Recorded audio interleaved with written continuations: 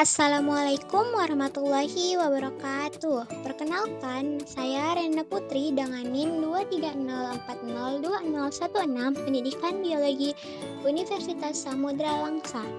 Di sini saya akan membahas mengenai bioteknologi modern dalam bidang pertanian, yaitu kultur jaringan. Namun, sebelum membahas mengenai kultur jaringan, kita harus terlebih dahulu mengetahui apa yang dimaksud dengan bioteknologi. Bioteknologi adalah cabang ilmu yang mempelajari pemanfaatan makhluk hidup atau organisme atau produk dari makhluk hidup atau enzim dalam produksi untuk menghasilkan barang atau jasa. Kemudian ada jenis-jenis bioteknologi. Secara garis besar, bioteknologi terbagi menjadi dua jenis. Pertama, bioteknologi konvensional adalah penggunaan organisme atau proses biologis secara langsung melalui metode sederhana seperti fermentasi untuk menghasilkan produk bermanfaat. Contohnya itu seperti tempe, tape, yogurt, kombucha, dan tapace. Yang kedua, bioteknologi modern melibatkan teknologi tinggi dan rekayasa genetik untuk memodifikasi gen organisme secara spesifik dan menghasilkan produk dalam skala besar dengan efisiensi tinggi. Contohnya seperti cloning, rekayasa genetik, dan tentunya adalah kultur jaringan. Hai teman-teman semua, pernah tidak melihat tanaman anggrek, pisang, ataupun kentang yang bisa diperbanyak dengan cepat dengan jumlah yang banyak? Nah, itu semua terjadi bukan karena sulap ya, tetapi hasil dari teknologi yang kita sebut sebagai kultur jaringan. Teknologi ini memungkinkan kita untuk menumbuhkan tanaman hanya dari potongan kecil jaringan tanaman. Kultur jaringan adalah teknik menumbuhkan bagian kecil tanaman, misalnya daun, batang, atau akar di dalam media khusus yang steril. Dari potongan kecil tersebut bisa tumbuh tanaman baru yang identik dengan induknya. Dengan teknik ini, tanaman dapat diperbanyak dalam waktu yang relatif singkat dengan jumlah yang banyak, tidak membutuhkan tempat yang luas, dan tentunya kesehatan mutu bibit sangat terjamin. Proses kultur jaringan. Yang pertama ada pembuatan media. Media merupakan faktor utama dalam perbanyakan dengan kultur jaringan. Adapun alat-alat yang digunakan adalah autoclave, timbangan analitik digital, glassware, freezer, hot plate, kompor, mikroskop, pH meter, dissecting set, rak dorong, bahan kimia, dan sebagainya. Berikutnya ada sterilisasi. Kegiatan dalam kultur jaringan harus dilakukan di tempat yang steril dan menggunakan alat-alat yang sudah disterilkan sebelum digunakan.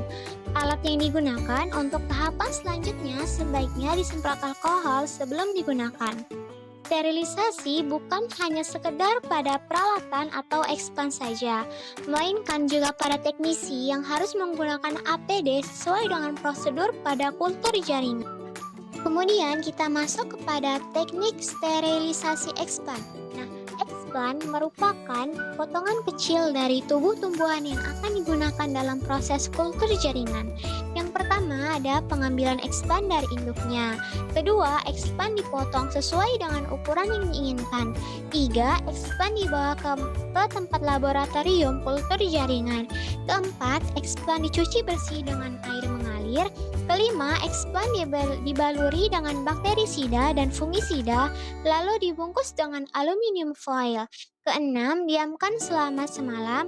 Ketujuh, ekspan dicuci, dikecilkan dan direndam dengan fungisade sebanyak 2 gram. Kedelapan, sebanyak 2 gram bakterisade ditambah dengan tuin 10 tetes. Kesembilan, kocok sebentar lalu diamkan selama 10 menit dan cuci ekspan sebanyak 3 kali. 10, ekspan dibawa ke laminar flow, direndam cairan klorok 20% selama 20 menit dan cuci air dengan mengalir sebanyak 3 kali. 11, rendam ekspan dengan cairan klorok 10% selama 10 menit lalu bilas sebanyak 3 kali. 12, setelah itu potong bagian-bagian ekspan yang terkena cairan klorok dan yang terakhir kemudian tanam di media yang telah disediakan. Berikutnya ada tahapan inisiasi. Inisiasi merupakan tahapan memilih jaringan tanaman sehat, lalu dimasukkan ke dalam media yang steril. Tahap ini berhasil jika eksplan tidak terkontaminasi dan tumbuh dengan baik. Faktor yang mempengaruhi seperti umur induk eksplan, umur fisiologis eksplan, dan juga ukuran eksplan. Berikutnya ada multiplikasi. Multiplikasi merupakan tahapan memperbanyak calon tanaman dengan menanam eksplan pada media. Media yang telah terdapat eksplan diletakkan pada rak-rak dan ditempatkan di tempat yang steril dengan suhu kamar atau ruang inkubasi. Selanjutnya, pengakaran. Pengakaran merupakan tahapan di mana eksplan akan menunjukkan adanya pertumbuhan akar yang menandai bahwa proses kultur jaringan yang dilakukan mulai berjalan dengan baik. Selanjutnya, tahapan aklimatisasi yang merupakan tahapan memindahkan atau mengadaptasi tanaman ke lingkungan yang baru. Dilakukan di rumah kaca atau pesemaian yang kondisinya lembab dan dapat dikendalikan. Selanjutnya, kita masuk mengenai manfaat kultur jaringan. Yang pertama, memperbanyak tanaman dalam jumlah yang besar. Dari potongan kecil jaringan tanaman bisa diperoleh ribuan bibit dalam waktu yang singkat. Contoh tanamannya itu seperti pisang, anggrek, tebu, kentang, dan juga kelapa sawit. Yang kedua, menghasilkan bibit yang seragam. Bibit hasil kultur jaringan identik dengan induknya.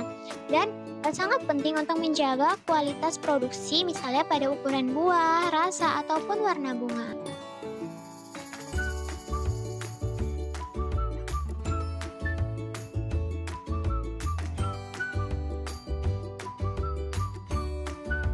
Yang ketiga, bebas dari penyakit. Melalui teknik ini, bibit bisa dihasilkan tanpa virus ataupun patogen. Banyak digunakan untuk tanaman pangan, misalnya pisang, ubi, ataupun kentang agar hasilnya lebih sehat.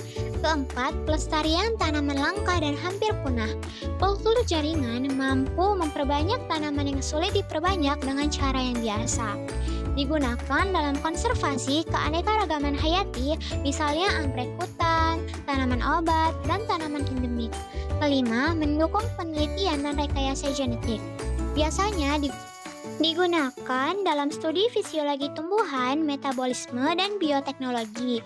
Kemudian menjadi dasar untuk teknologi rekayasa genetik, misalnya pembuatan tanaman transgenik. Keenam, efisiensi lahan dan waktu.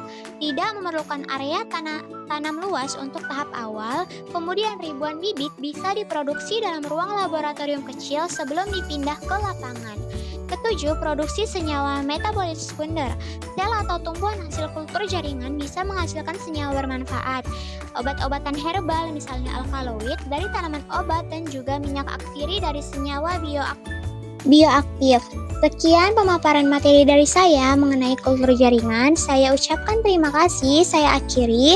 Wassalamualaikum warahmatullahi wabarakatuh.